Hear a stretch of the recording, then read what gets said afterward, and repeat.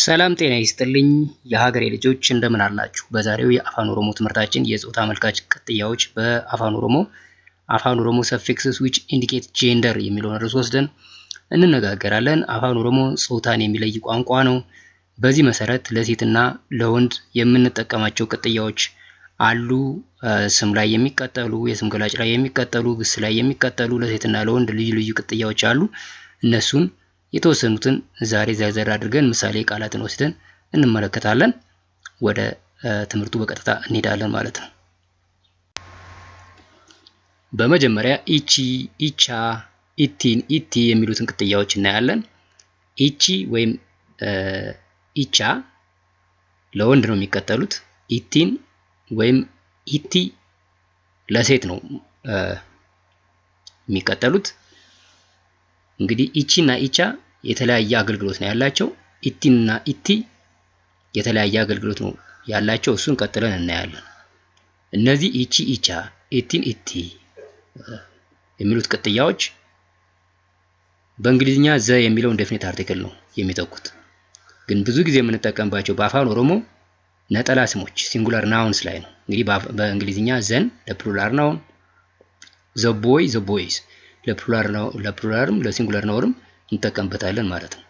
በአፋን ኦሮሞ ግን ዘን የሚተኩ ቅጥያዎች በአብዛኛው የምንጠቀመው ለሲንጉላር ናውን ነው። ኢቺ፣ ኢቲን ሰብጀክት ኢንዲኬተር ናቸው። ኢቻ፣ ኢቲ ኦብጀክት ኢንዲኬተር ናቸው። እንግዲህ ሰብጀክት ስንል በአረፍተ ነገር ውስጥ የአረፍተ ነገሩ ባለቤት የሆነው ስም ማለት ነው።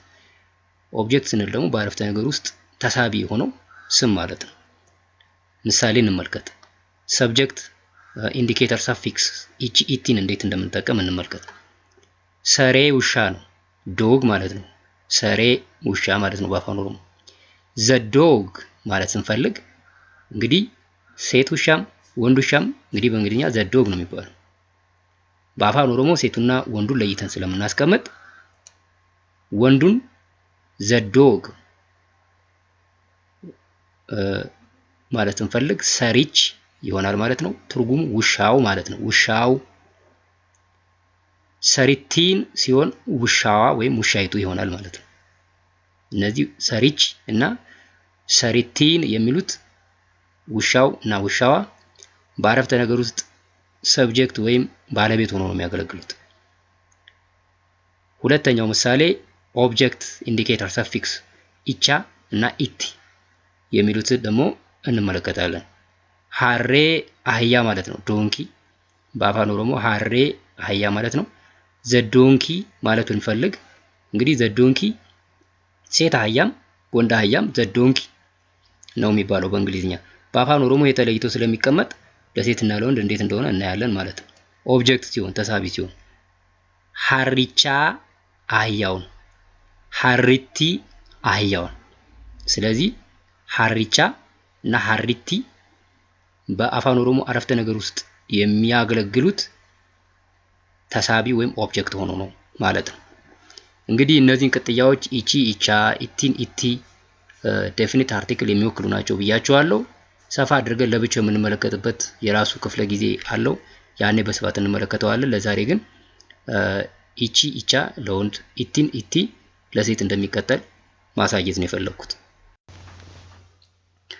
አ ደብል ኤ ለወንድ፣ ኦ ደብል ኦ ለሴት። እነዚህ ሁለቱ የሴትና የወንድ ጾታ አመልካች ቅጥያዎች ናቸው። ምሳሌዎችን ወስደን እንመለከታለን። ፈኬኛ ምሳሌ ማለት ነው። ጢና ትንሽ ለወንድ ነው። ጢኖ ትንሽ ለሴት ይሆናል። ሁለተኛ ምሳሌ ጉዳ ትልቅ ለወንድ፣ ጉዶ ትልቅ ለሴት ይሆናል። አሁን እንግዲህ በዚህ ውስጥ የምናየው ነገር የወንዱ ጢና በሚለው ውስጥ የመጨረሻ አናባቢዎች ሁለት ኤዎች ደብል ኤ እንመለከታለን። ከሱ በፊት ያለውን ኮንሶናንት ሳንነካ እንዳለ ባውሉን ብቻ ወደ ደብል ኦ በመቀየር ጾታ አመልካች የሴት ጾታ አመልካች ቅጥያዎችን እናገኛለን ማለት ነው። ኤን በቀጥታ ወደ ኦ በመቀየር ተነባቢው እንዳለ ይሆናል ማለት ነው። ስለዚህ ጢና ለወንድ ትንሽ ጢኖ፣ ለሴት ትንሽ፣ ጉዳ ትልቅ ለወንድ፣ ጉዶ ትልቅ ለሴት ይሆናል ማለት ነው። አሁን ደግሞ ኤን ደብል ኤን ወደ ደብል ዩ በመቀየር ከዛ በተጨማሪ ግን ላስት ኮንሶናንቱ ላይ ሌላ ተጨማሪ ኮንሶናንት በመጨመር ቱ፣ ዱ፣ ጡ የሚሉት ቅጥያዎች የሴት ጾታ የሚያመለክቱ ቅጥያዎች ይሆናሉ ማለት ነው። ይሄ እንግዲህ በቨርብ ኮንጁጌሽን ለሴት ጾታ ለኢሼን ኮንጁጌት ስናደርግ ከምንከተለው ፓተርን ጋር ተመሳሳይ ነው። በቨርብ ኮንጁጌሽን ኢን ዘ ፊውቸር ሰብሲኩዌንት ትምህርቶች እንመለከታለን። ያኔ በደንብ እንማራለን።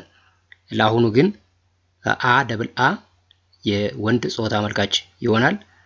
ቱ፣ ዱ፣ ጡ እንግዲህ እነዚህ ደግሞ የሴት ጾታ አመልካች ቅጥያዎች ናቸው። እንግዲህ ኤክስ ዩ ጡ ተብሎ ነው የሚነበበው። በአፋን ኦሮሞ ኤክስ የጣ ድምጽ ነው ያለው። ይሄንን ከዚህ በፊት በጥልቀት በስፋት ስለተነጋገርንበት በአሁኑ ሰዓት ቁቤ አፋን ኦሮሞ እንዴት እንደሚነበብ እና እንዴት እንደሚጻፍ ብዙ ግርታ መኖር የለበትም። ግር የሚላችሁ ካላችሁ ከትምህርት 1 እስከ ትምህርት 8 ድረስ ያሉትን የአፋን ኦሮሞ ቁቤ ኦዲዮ ቪዲዮ በድጋሚ መመልከት ይኖርባችኋል። እሱን እንድታደርጉ እመክራችኋለሁ ማለት ነው። አሁን ምሳሌዎች እንመልከት። ፈኬኛ ምሳሌ ማለት ነው። በረታ ተማሪ፣ ይሄ ለወንድ ነው፣ ወንድ ተማሪ ማለት ነው። በረታ እንግዲህ ደብል ኤ ያለው መጨረሻ ላይ እሱን ወደ ደብል ዩ እንቀይረዋለን። ግን በተጨማሪ ከላስት ኮንሶናንቱ ቲ ላይ ሌላ ቲ እንጨምራለን። በረቱ ሲሆን ተማሪ ለሴት ይሆናል። በረታ ላልቶ ነው የሚነበበው የመጨረሻው ቲ። በረቱ፣ በረቱ ሳይሆን በረቱ ነው የሚሆነው፣ ሴት ተማሪ ማለት ነው። ጪማ ጠንካራ፣ ብርቱ ለወንድ ነው። ደብል ኤዎችን ወደ ደብል ዩ እንቀይራለን። ኢን አዲሽን ቱ ዳት ላስት ኮንሶናንቱ ኤም ላይ ቲን እንጨምራለን። ጪምቱ ጠንካራ ለሴት ይሆናል ማለት ነው። ጪማ ለወንድ ጠንካራ፣ ጪምቱ ለሴት ጠንካራ ማለት ነው። በሬሳ፣ በሬሳ ይሄ ጸሐፊ ነው ለወንድ፣ ለሴት ሲሆን በሬሲቱ ይሆናል ማለት ነው። በሬሲቱ ጸሐፊ ለሴት። እንግዲህ በቀጥታ ቲዩን አልጨመርንም፣ ከቲ በፊት አይ አስገብተናል። ይሄ እንግዲህ ከዚህ በፊት በተማማርንበት የቁቤ የአፋን ኦሮሞ የተነባቢዎቹ ባህሪ ላይ 3 የአፋን ኦሮሞ ተነባቢዎች ተከታትለው አይመጡም። ተከታትለው የሚመጡ ከሆነ በሚጨመረው ተነባቢ ለምሳሌ በዚህ በሬሲቱ በሚለው ለምሳሌ ውስጥ በቲና በቀድሞ በነበረው ተነባቢ በኤስ ሳ ማለት ነው ደብል በመሆኑ ምክንያት ቲ ሲጨመር 3 ስለሚሆን ፎኔቲካሊ ሳውንድ እንዲሆን በኤስ እና በቲ መካከል አይጨምረናል። ስለዚህ በሬሲቱ ጸሐፊ ይሆናል ማለት ነው። በሬሳ ወንድ ጸሐፊ፣ በሬሲቱ ሴት ጸሐፊት ይሆናል ማለት ነው። ገባባ አጭር፣ ይሄ ለወንድ ነው። እንግዲህ ገባብዱ ሲሆን ደግሞ አጭር ለሴት ይሆናል ማለት ነው። እንግዲህ ላስት ኮንሶናንታቸው